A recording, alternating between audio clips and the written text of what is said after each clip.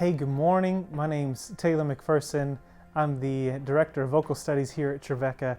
I'm excited to share with you my faith story, my testimony, and just how Jesus influences my teaching and my work here at Trevecca. Just thankful to Eric for letting me sit here and do this. This is the first time I've ever really gotten to do anything like this, so wow, I'm excited. So anywho, just want to jump right into this, okay? I know we have limited time, and I just want to give Jesus all the time he needs. Yeah? Cool. Here it is. So ever since I was a little kid, I remember wanting to please God. Okay, so I grew up in a home that was very active in the church. Church of the Nazarene. Hello. So, very active in the church, and from a very early age, I just remember I just want to please God. And one thing, just kind of a quick story that kind of I think sums it up pretty good is this. One time, me and my friends, I remember I was in kindergarten, we were outside, and we were playing, robbers or whatever, and one of them said a bad word, okay? And I remember having to stop and tell everyone, okay, everyone stop. Everyone needs to say, Jesus, please forgive me, okay? So that, I think that sums up my childhood, is like, I just wanted to please God in everything I did, and that continued on and on through my early teen years until I started to realize that I want to please God, but then this reality came into play.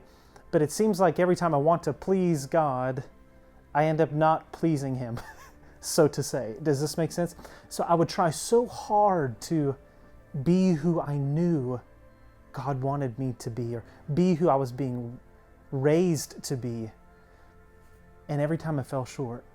And so I think that reality started to enter into my life probably when I was 12 or 13, during the first teenage years, just kind of realizing that it seems like the harder I try, the worse it gets.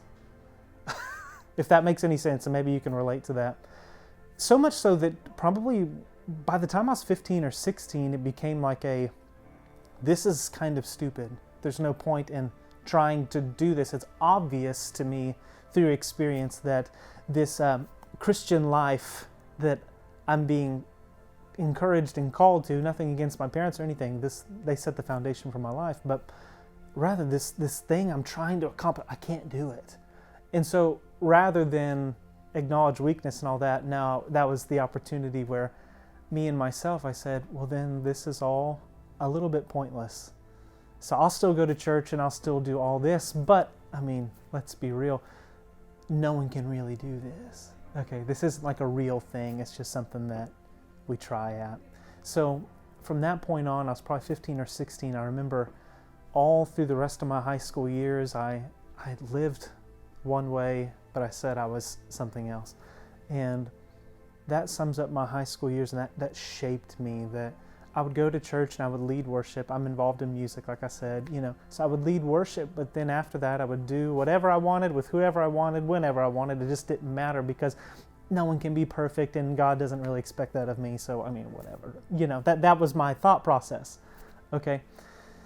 Well, so then I was like, I feel like I'm pretty good at guitar, and I feel like I'm kind of a rock star.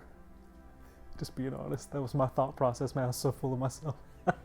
And I thought, what? I'm going to go to Nashville, and I'm going to be a rock star. So that was my goal in life. And so I started looking at schools to get up here to Nashville to do college, but really it was just to kind of, further that idea that here I come, idea. So it wasn't until I got here to Trevecca that I started rooming with a couple of guys who were also music majors. I'll throw out a name, Nick Huddleston, my man. And I realized, I might have been a big fish in a little pond, because the moment I got here, I realized these dudes are pretty legit, right? Well, so I went through this identity crisis of like, well, who am I? And I remember sitting in Benson dorm one morning, Sunday morning, the second week I was here on campus.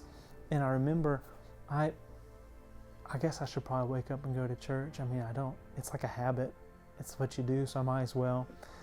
Well, a really cool story. Just a couple of years ago, before then, my aunt and my uncle had moved up here to Lebanon, Tennessee, about 30 minutes east of here. And they had gone here to do a church plant. And I knew who particularly my uncle was. And I didn't have a lot of respect for my uncle, and he knows that, and we're on great. I love him, but I just knew who he was, and I was like, whatever, man. So when he came up here, it was like, okay, cool. Well, oh, hey, Uncle Sean and Aunt Lori are out over there. I think I'm going to jump and go to their church or whatever. I just want to hit this real hard. When I went there, I saw somebody different. When I saw my uncle, he was different. And that threw a wrench in my entire life, because when I saw my uncle, I saw someone transformed, someone who completely obliterated my thoughts that were centering around, I know we're being called to this, but there's absolutely no way anyone can actually live this. No one can actually be like Jesus. It's impossible, right? Anyone I've ever seen can't do it, I can't do it, whatever, blah, blah, blah. So when I saw him and I saw the change in his eyes, I was floored. So after that, I just need to go back. And I'll be honest, in the back of my head it was to see if he's faking it, because there's no way this is real. That was deep in there.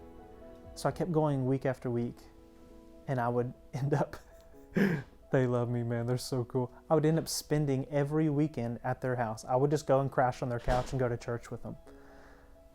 And day after day after day, all I saw was Jesus in my uncle and in my aunt. And so then I started asking that question, is this real? I know Jesus is real, but I mean, like, is he more than an idea? They keep talking about Jesus living inside of them, and I'm like, I don't really know what that means, man. Kind of weird. But whatever's going on in you, that's really what I want. That's all I've ever wanted my whole life, ever since I was a young boy. All I really wanted to do was to be pleasing, I just had that call in my life. Yeah, you know what I'm talking about? And so I started going, and then finally it wasn't but a year and a little bit later. I mean, going just every weekend, and for like a year just gathering, like, what is happening, okay? I remember this is the story I love to tell. It's in a revival service. I was playing guitar, because I'd played guitar with my Uncle Sean. And I remember sitting down, I remember it was in January 2012, is that right? The preacher man said, it's time to give it all you got. Let it all go. Jesus loves you. He wants to dwell within you and cause you to live the life that's impossible. We all know it's impossible to walk this out, but Jesus can be himself in you. It's like, I'm into that. I want that really bad. So I just let go of everything, man. And I went up to the altar, right? You know, the altar call thing. I was there. And I almost cry when I talk about this. The next morning, man, because I remember I got done praying, and I remember telling my uncle, I was so freaked out, man. I was like, I feel, and wherever you're at, it's okay. I was like, I feel like I can feel God in my hands. I'm starting to shake, and something's crazy is happening, and I don't get this. I don't have a grid for this. So I went back to Benson. I woke up the next morning, and I told all my friends. I wake up the next morning, I walk down that ramp, and it was like I heard the birds for the first time in my life. And that's what I remember. It's like the sun was brighter. I heard things. It's like I was out of this fog, this death that I was living in. And I was like, oh my gosh, I think I know what they're talking about when it's like this born again, this I'm alive for the first time. And that day, I don't say this, I just say this to bring glory to Jesus. That day, I walked around and there was another person in there. I don't know how to describe that to you. You have to get alone with him and let him get in you. But since that day, since that time, I get to walk around with Jesus every day. That's my testimony, and it's ongoing. It started there and it keeps going. And when it comes to how does that influence my teaching and what I do, and I was talking to my wife, I was like, how do you boil this down? And she's like, you really don't. It is what it is. And what I mean by that is Christ dwells within me, not because I'm great, not because I did something. I realized that when Paul says in Ephesians 2 that it really is, we didn't do this by works, you're saved by grace through faith. I mean, it's just, he did it because he loves me. Oh my gosh. So when I go on to campus every day and I go to teach voice lessons and I get to encounter these students wherever they are. I love you guys, by the way. You're awesome. It's my one motive every single day is, Jesus, be yourself through me. I don't have the wisdom. I don't have the understanding. I don't have everything that's needed to meet every need that I'm going to encounter today. I don't, and I recognize that. But I do recognize this, though I don't, I know He does. So every day I have the great privilege of walking onto campus and going, it's your day again. You're going to do crazy, amazing things in my office again today. I'm going to see singers sing better than they ever thought they could because you're going to give me wisdom to help them. So my whole life is just this dependency upon be yourself in me. Anything less than that, I don't want it. I'll give up anything to keep this going. Does that make sense? I don't want anything to hinder your voice in my life. I don't want anything to start creeping up.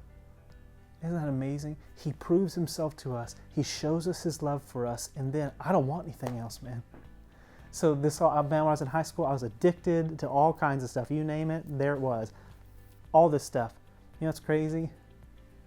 It was seeing Him that broke all this stuff off me. That's it. I didn't try harder. I wasn't, which all I was doing, but rather was He became Himself.